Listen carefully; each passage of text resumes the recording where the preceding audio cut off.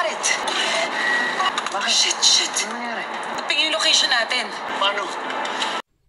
Pagkatapos bigyan ng instruction ni Greg ang team, ay agad silang naghanda at kanya-kanyang buhat ng mga gamit nila. Nang sasakay na sana si Tomas sa sasakyan ni Greg, ay nakapwesto na si Gab kaya agad itong umalis, habang napansin din ni Miguel na magkakasama na naman sila Andres, Max at JB sa isang sasakyan. Agad nilapitan ni Tomas sila JB at giniit nitong makikisabay na siya sa kanila, pero pinilit nilang doon na siya kila Greg, lalo't may lihim din sila tungkol sa pagsalakay nila sa safe house nila Clover na hindi alam ng buong grupo. Nang sabihan ni JB si Tomas na puno na yung sasakyan niya, ay pabulong niyang sinabi na sinungaling, lalo't mag-isa ni Max sa may likuran, kaya no choice ito kundi ang tumabi kay Gab. Habang nasa daanan sila ay agad nilabas ni Max yung laptop niya, sabay sinaad niyang susubukan niya ulit buksan, kaya giniit ni JB na may oras pa sila dahil 500 meters pa mula sa kanilang kota. Pinuntahan naman nila Diamond si Lorenzo sa hospital kung saan critical pa rin ang kasamahan nila.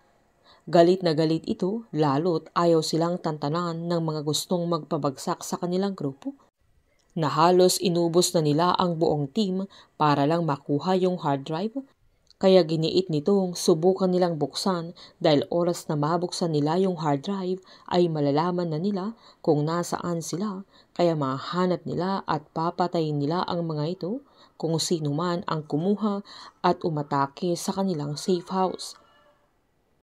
Masaya si Max nang mabuksan na niya yung drive na maging si Andres nang saktong malapit na sila sa magiging kota nila.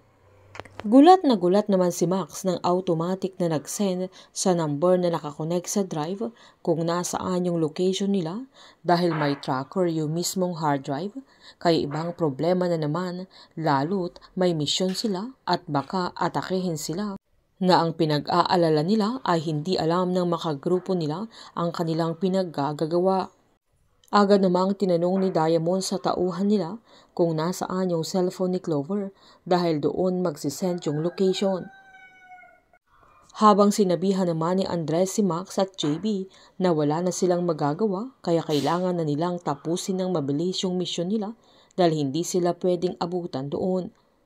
Agad pumunta sila Diamond sa safe house nila para hanapin yung cellphone ni Clover, na mas kinagalit niya yung nangyari sa safe house, lalo 3 lang ang sumugo doon na papaano nila napatay ang madami nilang tauhan, pati si Clover ay patay na din.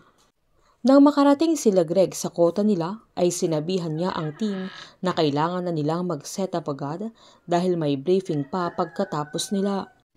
Habang binuhat naman ni Miguel yung iba nilang gamit ay nalaglag ang mga ito, kaya napamura pa siya na agad namang tinulungan ni Greg at agad siyang humingi ng sorry, pero napansin naman ni Greg yung sugat sa kamay niya kaya agad niyang tinanong kung anong nangyari, na agad namang sinumbat ni Miguel na sumabit lang ito, pero napaisip si Greg sa mga sandaling yan.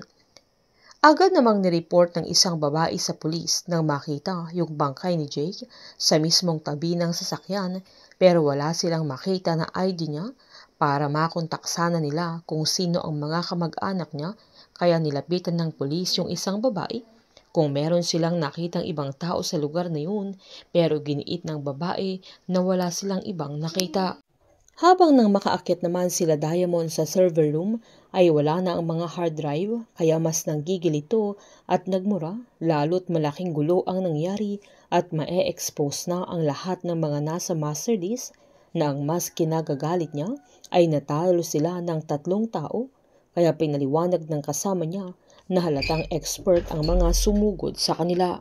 Agad inutos ni Diamond na kailangan nilang mahanap yung cellphone ni Clover dahil doon nila makikita yung location ng mga nanguha ng drive. Habang nagsiset up naman sila Max ay giniit niyang posibleng makompromise yung kontrata kapag natrace sila nila Diamond kung saan 300 meters lang ang pagitan nila sa hotel. Sinabihan naman ni JB na hindi sila sigurado kung ano ang na-detect na location, sabay pinaalalahanan niya si Max na unahin muna nilang isipin yung mission nila at doon muna sila mag-focus.